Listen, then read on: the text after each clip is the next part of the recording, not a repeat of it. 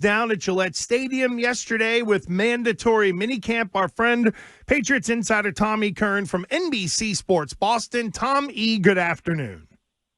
How are you, boys? Good to see you yesterday. Yeah, you too. Yeah, it was got that summer vibe yesterday. It felt really good to be outside. Well, I mean, yeah, and Tommy, I know that you didn't go the way of, like duplicitous pond scum Mike Giardi and our buddy little Andy Hart and others. Yeah, where's your towel? Yeah, you didn't lay a towel out and get the tan working while you were watching practice like some of these others yesterday. Talk about from the swing of the pendulum there, Tom.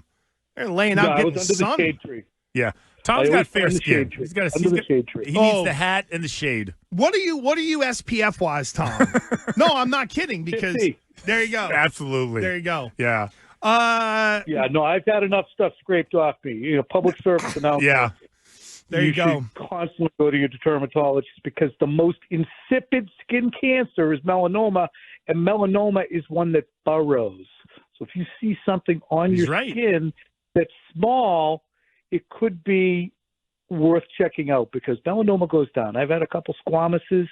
I've had some basal cell. Fortunately, I haven't had the M, but it's going to be an ongoing fight because of the amount of time we all spent out in the sun in the 70s and 80s. No doubt about it. Now we're all paying for it the in 80s some way. For us there, Tom. Oh, we're all in the same age bracket, maybe. He's much older than we are. Kind of. Not much. Tom, are you 60 yet? Oh, now that's hurtful. What? I'd like to apologize. Tom, I want to apologize. I want to know how close in age we are. Are you you're close to 60 if you're not 60? I'm 56. I'll be 57 November 9th. Yeah, okay. So I'm 49, you're 52, and Tommy he has 56. an old, wise look about him. Oh, now see. No, it's a compliment. He's a wise old owl. He's like Al Horford, but wise for old football. owl. You come to him for advice like us right now. We need advice. And Tommy, let's start with the interesting use of today's mandatory mini camp day. To go out and do, be philanthropic and all that kind of stuff. What do you make of this use of mandatory work day from the Patriots? Well, it's so often canceled around the league, and last year the Patriots used their final minicamp day to go play paintball. So I think that you're getting a little bit more community bang for the buck. And if you tried to do this on Wednesday, I think a lot of players would say, if you're canceling, you can't make them go to a community service thing. So, or maybe they wouldn't. Maybe I'm being cynical. But no, I'm with you, Tom. I think part of the reason you're doing it today is because there's a little bit of forced participation going on. Right. And then you'll come back tomorrow and you'll have your final minicamp practice. And as you saw on Monday, that was a really good tempoed practice. I think that was the best representation for you guys to see. That's our fifth time out there for the folks who are there, covering the team as a beat. But for you guys to be there yesterday, you probably saw the most competitive practice. I'm wondering, actually, for both of you who've been to many training camp practices, I'm not saying that it was high level. I'm not saying that it was polished, but what were your impressions? Well, you said tempo. Yeah, one of the things that I took away was the tempo. Like when they go to period 9, I got offensive linemen walking from one drill to another. The clock is ticking. It's 14:30 on the clock, and you're just getting the officials set up. And you spent a minute of a period getting to the point to where you can run a play. And then it was 1 minute later, here's another one. I thought at times I was looking for the briskness and kind of the crispness of, hey, people are moving in between stuff. And I came away sort of wondering, wow, this is what it's kind of been like down here. I thought there would be a little more tempo getting from station to station and things like that. But that's just me.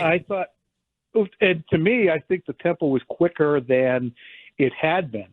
Especially, when you look at it, they ran a lot of friggin' plays. They ran a lot of 11-on-11. They ran a lot of 7-on-7. So I think we might be looking at it through two different lenses, I guess. There were 24 passing attempts for May. I think there were over 20 for Brissett and, plenty for the other guys too. So, but to me, I thought the tempo was good. But yeah, there are certainly times I think you could point out as well, they're kind of dawdling. But I think they got in more work on Tuesday, I think, than they had, which is good because they're going to come back. And as you guys know, in a month, they're going to be kind of full go. I thought Hunter Henry's interview with you guys was excellent. Yeah, thanks. It was funny because it was like, it did feel like he was, I don't know, maybe just in a better mood, easier to talk to, like wasn't really worried about what he was saying or how he said it. That's a discussion for another time, but he was open and honest, and we appreciated it. So after watching the practice yesterday, Tom, and we'll be there again tomorrow, I'm curious what you think the fate of Bailey Zappi will be, just based on how he's being used, how he gets pulled and Joe Milton goes in for him. I'm curious if the best thing for him would be to just get released now so he can join another team, or do you think it's worth it for him to kind of, chug away at hopefully landing on this team?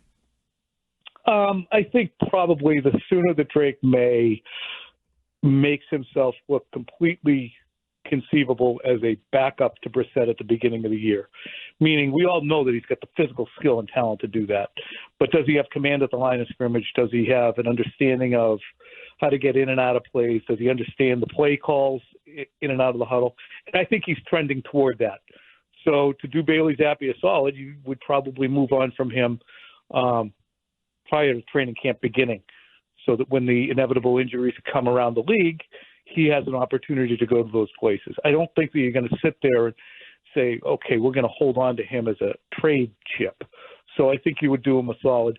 You mentioned the Joe Milton coming in for him. I think in that set of plays, they were running 11 on 11. They were giving them, I believe, 48 seconds to score a touchdown or do whatever it was going to be with it. And unfortunately, Zappi threw a pick on his very first attempt. So it wasn't as if he got the hook. Okay. They stuck to their pattern. Each quarterback's going to get a drive, and his drive ended on his first play. So that was okay. So that's good. I'm glad you added that because I wasn't sure. I thought he got pulled. I thought he just got pulled because he threw a pick. But okay, so maybe they're looking at him a little bit differently then. It is interesting. Yeah, very much so. It is interesting what they're going to do with Zappi, or does anybody want to kick the tires on him? Tommy, you heard our Hunter Henry interview, and a texter points this out, and it's a good point. Of Hunter Henry mentioned that it's a little this offense a little easier to digest. Does that guarantee better offensive performance per se? I know I'm a little worried about the O-line, but just in terms of ease of scheme, does that work for the Patriots, or they're running everything like everybody else. They're just doing it with lesser players, so they're easier to stop. Where do you kind of land on that? I think it'll make it easier for the entire offense. Will it be as explosive and difficult to defend? No. I mean, the Patriots were impossible to defend from the time Christian was there until 2019 because of their personnel, but because of the intricacy of the post-snap routes, option routes, things that you could do because you added level after level of sophistication to an offense that at this time of year already had its foundation laid, 7 stories of solid architecture on top of that, and then they're tweaking things on the top floors and moving chairs around.